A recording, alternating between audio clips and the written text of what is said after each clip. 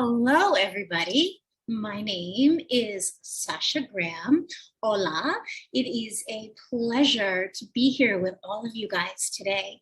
I want to introduce just a little bit of who I am first and foremost, and what some of my tarot related things are. So I am a tarot author and a tarot teacher.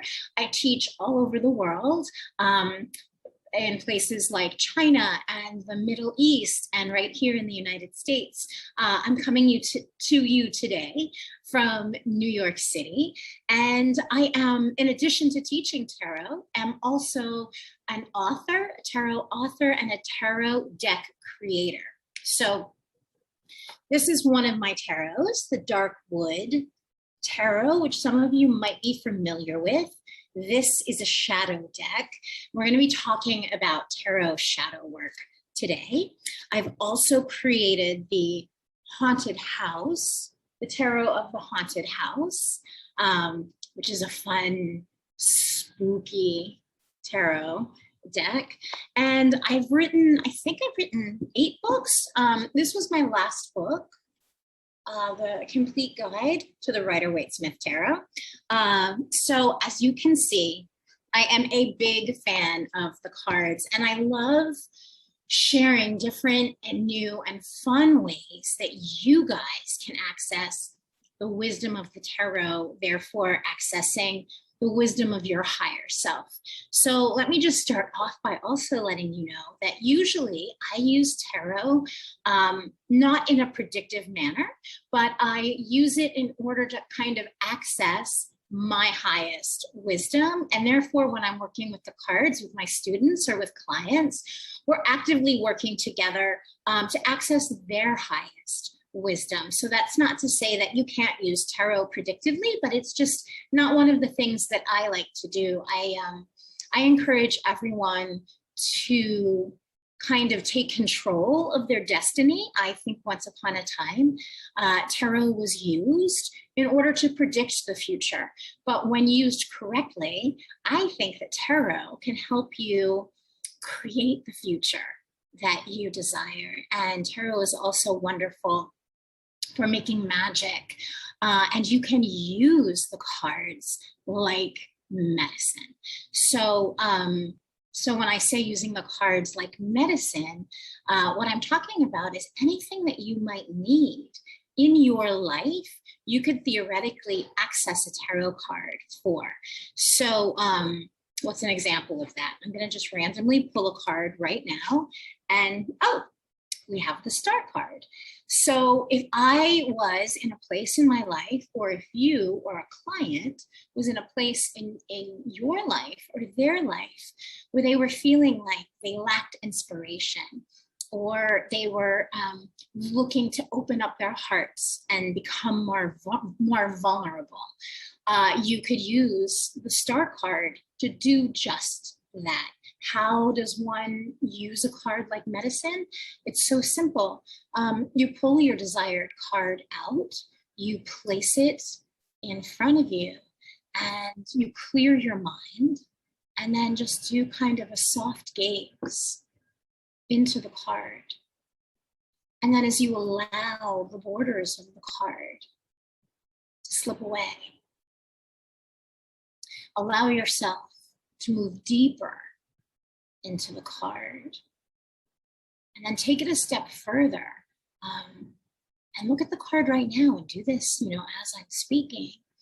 Move into the figure on the card. So at this point, you might feel like you're that star figure, naked, vulnerable, open. You look above you, it's a beautiful universe of stars.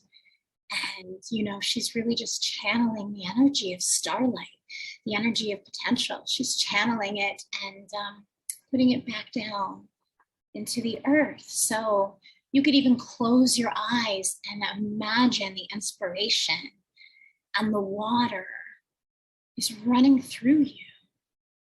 I mean, I'm just talking you through this, and I already feel more open and more alive. So this is how we can use tarot to alter our consciousness in a way that's beneficial for us. Now, if you were using a card like medicine, after you kind of move into the card and embody the card, then feel free to leave it out, you know, all day. Maybe you can, I would put it on that chair. Leave the card out all day where you can see it and be reminded of it. Or it's very easy these days to get an image and like leave it on your telephone, you know, as your screensaver for the day. So maybe you put a card that you're using as medicine onto your phone for the day. And that way, when you embody a card, it kind of gives you all of its delicious, magical intention. So I'm going to just randomly pull another card, and let's go through that one more time. So it's a really simple thing to do. It just requires that you kind of focus your mind, take a few deep breaths, and just venture inside the card. So I'm going to randomly pull a card, and we'll say whatever card this is, you need the energy, and it is the Eight of Pentacles. So the Eight of Pentacles is about work. So this is a great card if you or your client has work that you want to accomplish, if there's money you want to be making. This is the perfect card to move into. So just sit for a moment, think about the work you do. Clear your mind. Think about money in the bank. And we can look at this card when we see all the pentacles lined up like that. We can imagine all the money in our bank accounts. And just so take a look at that and allow yourself to have a soft focus to move into the card, right? So move in to this figure. What do you hear? You maybe hear the sound of the chisel working on the pentacle. Can you imagine yourself as this character? Deliciously, like just engaged in the work that you do, loving what's in front of you and having so much pride in what you're putting up, and look at how productive you are. Now for a moment, close your eyes and imagine yourself doing your work at the top of your game, 100% in control, in pleasure, just being productive and putting out your stuff for all the world to see. Now you're full of Eight of Pentacles, medicine. So you see, it's really great. The cards can really act as energetic containers for any energy that we want to take on for ourselves. I'm gonna take a sip of water. So that's just something that I always love to do with the cards, and it can be a great thing to do in the morning as well, so that you kind of get yourself down the path that you want to be on first thing. So if any of you guys pull a card a day, you can add this to a card a day. And if anyone out there is not familiar with a tarot card a day, it's like the greatest thing in the world. It's a great way to learn the cards, right? You pull a single tarot card every single morning, and then check back in later that night before you go to bed and see how the card applied to your day. So if you want, you can just venture into the card in that meditative way and take its medicine as well. So I wanted to talk to you guys also a little bit about something that I'm very passionate about, which is shadow work. And as I said before, my Darkwood Tarot is a shadow deck. When I talk about the shadow and working with your shadow self and the tarot, what I am talking about is that the shadow contains all of the things that we personally, each of us individually, the shadow contains what we do not yet see or acknowledge. Okay, so a lot of people think of the shadow as being spooky and scary, and the shadow side can be spooky and scary, of course, because the unknown is always a little bit disconcerting. But really, the shadow for me when I'm working with tarot is about bringing the light of our consciousness to see the things that we do not see. Now, this to me is the entire reason that we read tarot to begin with. We don't come to the cards to tell ourselves what we already know. What would be the point of that? However, it's very easy to get into the habit when we're reading cards, especially for a long time, that we wind up kind of using the cards in the same way. And we stop making new definitions. We stop discovering new things about the card. And this is where shadow work really helps us. All too often, we will use tarot, and I'm guilty of this too. We'll use the cards as a way to make ourselves feel better about whatever's going on in our life. Now, there is nothing wrong with that, right? We want to feel good and we want to feel strong in the choices that we make. And it's great when tarot, you know, when you're starting out a new cycle and the Fool appears and you're like, oh, it's perfect. However, I think it's really important that we don't get stuck in these ruts and that we continue to shed light in the places that we don't quite yet understand. So how would we do shadow work with the tarot?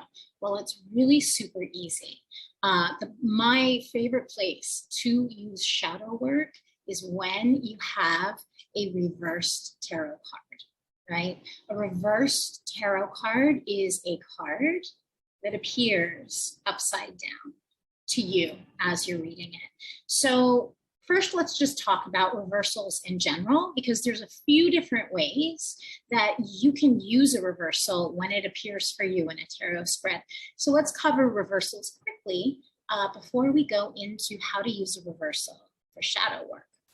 So again, old school thinking of tarot would hold that a reversed tarot card, an upside down tarot card in a spread, takes on the opposite meaning of its traditional meaning.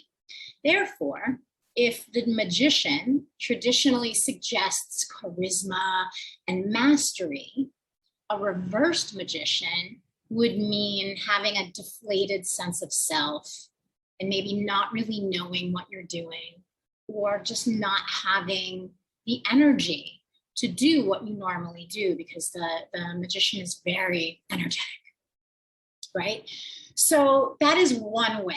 And it can be really convenient when we're first learning how to read the cards. And we're just working with keywords, 2 or 3 words to each card so that we can memorize what they mean. And then when we use the reversal as the opposite, we just take on the opposite of that meaning, right? No harm, no foul. It's a great thing to do. And by all means you can. However, that's not the only way to work with reversals. We all, at any given point, can choose not to work with reversals. And I do that often. You just ignore the reversal and turn it right side up. But the important thing is, no matter how you decide to work with a reversal, is always decide ahead of time. Don't start pulling cards and then say, oh, I'm not going to work with reversals. Always make sure from the get-go you decide how you're going to interpret the reversals in your reading. So in the case of not looking at a reversal, the Ace of Cups upside down, shows up, and I just turn it around and continue reading it. It's totally legit. And I'm glad the Ace of Cups came up, because another way that you can use reversals is actually just look at how the image on your card, and this is going to be different depending on which tarot deck you're using, but take a look and just interpret the image, because the image changes when it's upside down. So, if an upright Ace of Cups is emotion bubbling and kind of this open wonderful fountain. Then when we look at a reversed Ace of Cups, what does that look like? All of the water, theoretically, everything that would be bubbling up is just spewing out. It would be almost like a faucet, right? That's turned on and the water is just pouring, pouring, pouring out. And we think of what the suit of cups represents, which is the element of water, which is our emotion. So an upside down Ace of Cups could mean you're completely emotionally drained.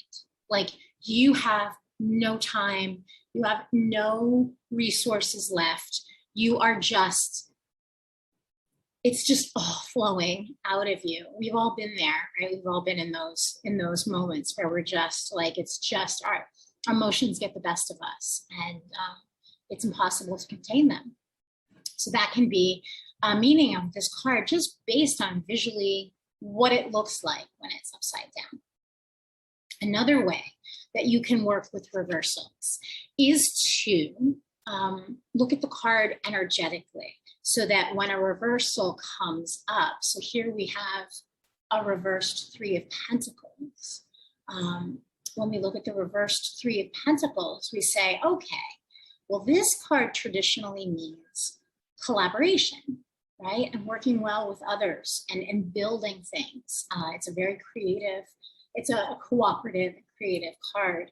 So when we look at the Three of Pentacles reversed, we say, ooh, okay, my interpersonal relationships, there's a bit of a blockage. If I'm working with a team of people, or it might be even the people in my family, it seems like we've hit an impasse. So what I'm going to do, and this is how you read a reversal energetically, and then do a little bit of magic. So you look at this card and you say, okay, there's a little bit of a blockage with the people who I'm working closely with. I'm going to turn this card right side up, and just that is a magical act, right? And now the channel is open. Now the communication is open, so that when you get to work with those people or with those family members, suddenly you come in and you've already opened up energy. You've opened up the energy within yourself, which then opens up energy for the entire situation. So there's so much good work, right, that we can do for ourselves with tarot before we even see anybody else. And what else? Oh, one of my favorite ways to use reversals also, which is something you guys should look out for sure, is that if I'm doing a multi-card spread, oftentimes the reversals, here we have a reversed Page of Cups. The deck is loving cups right now. We can look at the reversal as a card that's screaming out for extra attention. And this works really well in like the Celtic Cross, or when you've got more than 5 cards going on. And for me, often the reversals kind of form their own line that teaches me where the energy is going and how I need to read it. So these are all really great ways that you can use reversals in your readings. But to get to shadow reversals, which was the point of all of this. Oh, this is a perfect card to shadow reverse. We've got a reversed High Priestess. Now, like I said before, the shadow is that place that you are not consciously aware of. So if you're going to use a reverse tarot card for shadow work, you're going to say, all right, first of all, you start out the reading with, I want to look at something I don't yet know. Now this is, let me just back up even a little bit more and say, you know, how you set up your readings, how you move into a tarot spread is so important. Sometimes you just want to play with your cards, so you'll start shuffling and there's nothing wrong with that. But when you set your reading up, when you say, okay, I'm really going to look at, I want to take a look at something I don't see. I mean, think about what an extraordinary opportunity that is. I mean, think about if you had the ability right now to go see the most mysterious and talented witch, sorceress, who's going to tell you something valuable about your life that's happening that you don't know, right? Wouldn't you like race to go find her? Well, this witch, the sorceress, the seer is you. You already know more than any of the greatest psychics in the world could ever tell you. And working with the tarot, it teaches us to trust our voice. It teaches us to become our own best readers. So if I was looking to see what, say right now, you came to me and said, what do I need to see in my life that I don't yet see? And the first card that comes up is the High Priestess. What does that mean? It means that there is a place, and so when you're working with shadow, you always want to bring it back to you. It's never about other people. The shadow is always about you. The High Priestess reversed is not listening to your inner self. It is not listening to your magic. So you have to think.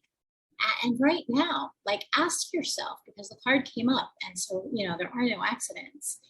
In what ways do you discard your magic? And in fact, if this is a video that you guys are going to be watching, so go ahead and hit pause and write down right now, in what ways do I not honor my magic? You might want to ask yourself, in what way am I not listening to my inner voice? Because the High Priestess is all about the inner voice, right? She's your authenticity. She is the blueprint of your soul. And we become out of alignment, you know, with ourselves and therefore with the rest of the world when we are not in touch with who we truly are. And so this card even goes further and says, well, if you're looking like, well, how can I honor my magic? I'm going to turn her right side up, because she has so much beautiful teaching in her card. And if any of us are feeling lackluster, if any of us are feeling like we're not the witch we were meant to be, the High Priestess holds the answer, right? She's the goddess of the moon, right? So you start to work with the moon first and foremost. You can always look up online, if you don't see the moon up in the sky, to find out if the moon is full, if it's waxing, if it's waning. And we know that energetically, when we work with the moon, right, when it's waxing, it's getting fuller. So this is about bringing things into our life, right? When the moon is full, we make that dynamic magic and spells about glowing and being beautiful and sort of imbuing all of that beautiful magic of the moon. And then when the moon starts to wane, when it starts to grow smaller, this is about getting rid of things, right? This is about removing those things that we don't need in our life. So it's a time to question for yourself, what don't I need? What is not interesting? Or what is not useful for me anymore? And then when we look at new moon magic, which is the dark, empty, pregnant moon, this is all about creation.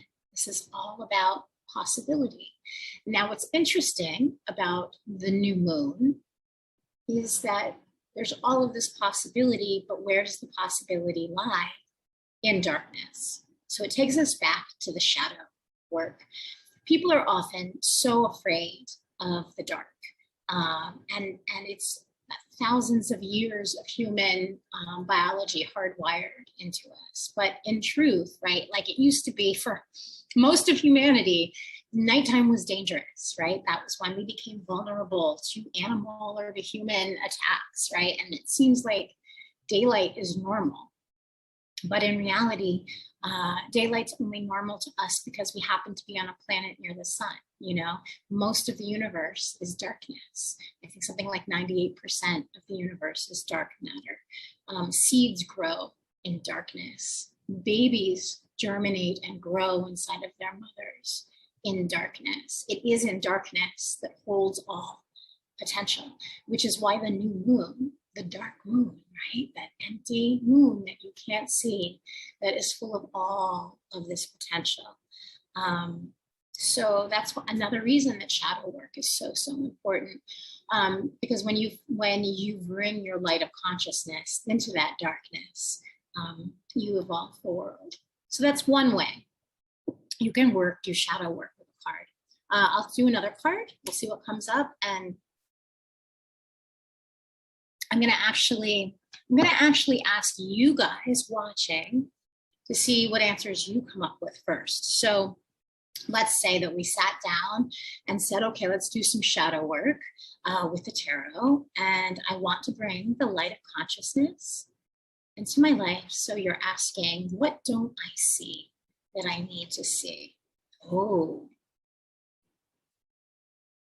and the Six of Cups comes up. Okay, so without me saying anything, and maybe you don't even know off the top of your head, right? But what do you see happening on this card? What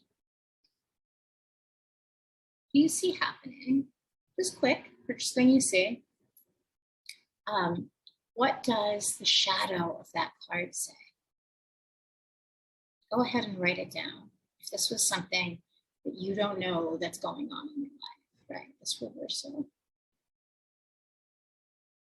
I would say that you are not sharing, that you can be more generous with yourself.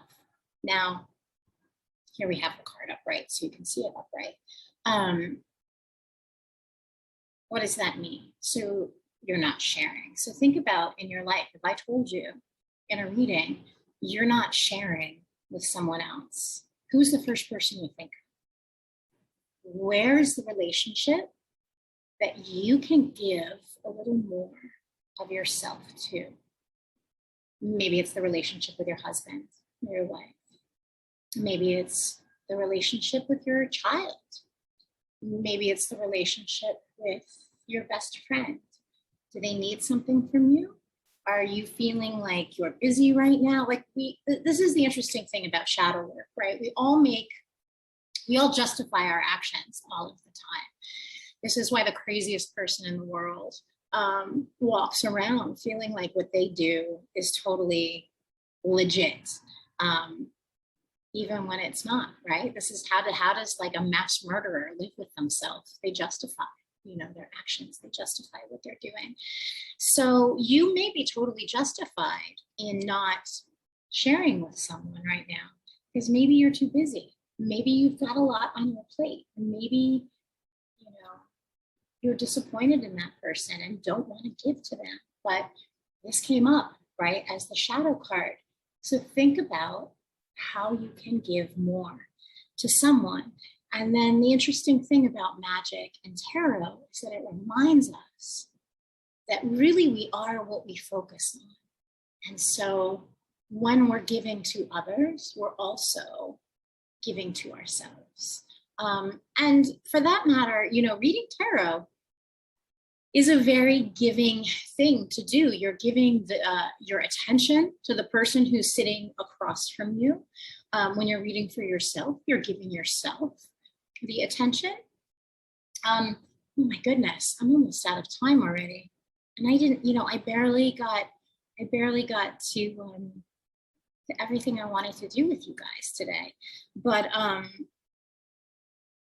what was I saying? Yeah, the tarot for magic. Tarot can be used a million different ways. And shadow work is one of those places that even if you do a little bit of it every week, by bringing the attention back to yourself, by taking responsibility for the magic that you create in your life and with tarot, you really have the potential to change yourself. And when we change ourselves, we change the world, because each of us are universes walking around. So with that, I think what I'd like to do is pull one last card just for you guys watching. And this is a card for all of us. And let's make it a shadow card since we were talking shadow. So where is a place that we can bring the light of our consciousness to? And we see the 5 of Wands. right? So, okay, Five of Wands is a very fiery card. This is energy, it's excitement, it's drama, it's clashing. So the reversal, a shadow reversal of the Five of Wands is asking, how do you make a crazy situation crazier, right? This is those moments when you don't deflate or diffuse the energy, but in fact, you make it worse. You jump in, you fight, you rile things up. We're all guilty of it. We don't necessarily like to cop to it. We'll say, oh, but well, that person attacked me. Or, well, what he did was so mean. What was I going to sit there and take it? We all have the choice of how we respond to anything that happens to us. So the reversal, the shadow of the Five of Wands, says, take responsibility for when you don't step away from an incendiary situation and you fan the flames and kind of make things worse. Because we want to make the world better, right? So we have more pleasure. Because when we have more pleasure in our life, the world is full of pleasure. So let me take one more card. And this will just be a final card for everybody out there watching. Sort of like a yummy, little, delicious final word. Oh, and the answer is the Nine of Cups, which, you know, I like to say that tarot has about 1 million different meanings. Each card is infinite in what they mean. But I always like to say that the Nine of Cups means your wish will come true.